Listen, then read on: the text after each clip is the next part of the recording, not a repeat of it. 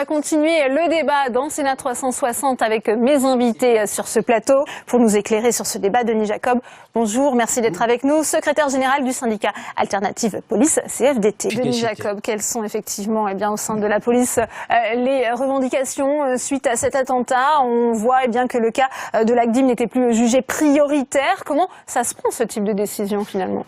Déjà, je pense qu'il faut éviter de faire les amalgames entre... Alors je sais que c'est compliqué pour le tout public d'appréhender le fonctionnement des renseignements français, mais en matière de fichiers, il y a une confusion qui est faite depuis malheureusement ce nouveau drame entre le fichier des personnes recherchées dans lequel il y a notamment les fichiers S et ce fameux fichier des signalements de la prévention et de la radicalisation à caractère terroriste qu'on appelle par un acronyme FSPRT.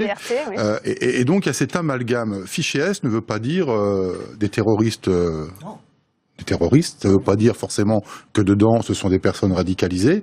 Les personnes qui sont dans les fichiers S, ce sont des personnes qui ont des idéologies religieuses ou politiques, mouvance d'extrême gauche, mouvance d'extrême droite. Voilà, donc ça regroupe tout un tas de personnes qui ne sont pas forcément des personnes radicalisées ou de confession islamiste. Donc la rétention administrative n'est pas la solution? Non, je pense. Alors, il faut aussi enlever cette ambiguïté de faire croire qu'il y a eu une défaillance du système. Que le système soit amélioré, renforcé, ça, tout le monde est d'accord. Il faut se poser les bonnes questions. Ne doit-on pas aujourd'hui, au-delà de tous les efforts qui ont pu être faits depuis quelques années, ne doit-on pas aujourd'hui réfléchir à une seule direction dans laquelle nous mettrions toutes ces entités du renseignement qui existent, que ce soit de la police nationale, que ce soit de la gendarmerie nationale. Macron avait promis la création d'une task force, justement, qui devait coordonner elle a été faite, si vous voulez, ces différents services.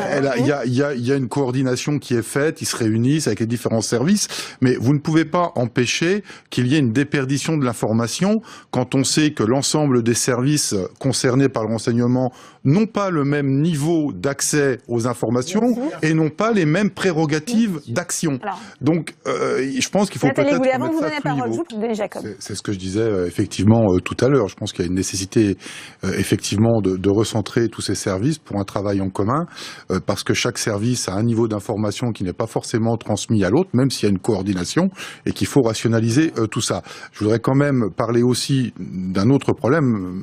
Madame la sénatrice le disait tout à l'heure, le risque zéro n'existe pas. Aujourd'hui, on n'a plus affaire à des réseaux organisés en France en lien direct avec Daesh. On a plus affaire aujourd'hui à des chiens fous individuels dans leur coin, qui ont eu des problèmes de droit commun, notamment de trafic de stupéfiants, dans des quartiers qui leur permettent d'accéder à des armes, notamment lourdes, comme les Kalachnikov, qu'ils arrivent à se procurer très facilement. Il suffit de regarder ce qui se passe, notamment à Marseille, avec tous ces règlements de compte. Et donc, il y a un peu cette formation, je dirais, autodidacte de certains individus, je dis pas tous, mais les personnes qui se radicalisent toutes seules, chez elles, avec Internet, ne sont pas complètement détectables, contrôlables, et on a le risque aussi de ces individus-là qui, du jour au lendemain, peuvent commettre un acte irréparable parce qu'ils ont une haine de l'État, une haine des forces de sécurité. Je rappelle quand même que malheureusement, sur tous les drames qu'on a connus en France, la grande majorité des individus étaient connus pour un passif de droit commun, je me répète, et principalement en matière de trafic de stupéfiants, dans des cités où la possibilité d'avoir accès aux armes est particulièrement facilité. On va pas refaire le débat sur les trafics d'armes dans les quartiers difficiles, mais c'est avéré et il est important. Je voudrais, si vous me permettez, moi je veux bien tout entendre aussi par rapport aux messageries cryptées et tout ça, mais enfin on n'a pas besoin de tout ça pour faire l'apologisme de l'apologie du terrorisme quand on voit les déclarations d'hier, d'avant-hier de Stéphane Poussier, qui a quand même tenu des propos... Ancien candidat de la France Insoumise.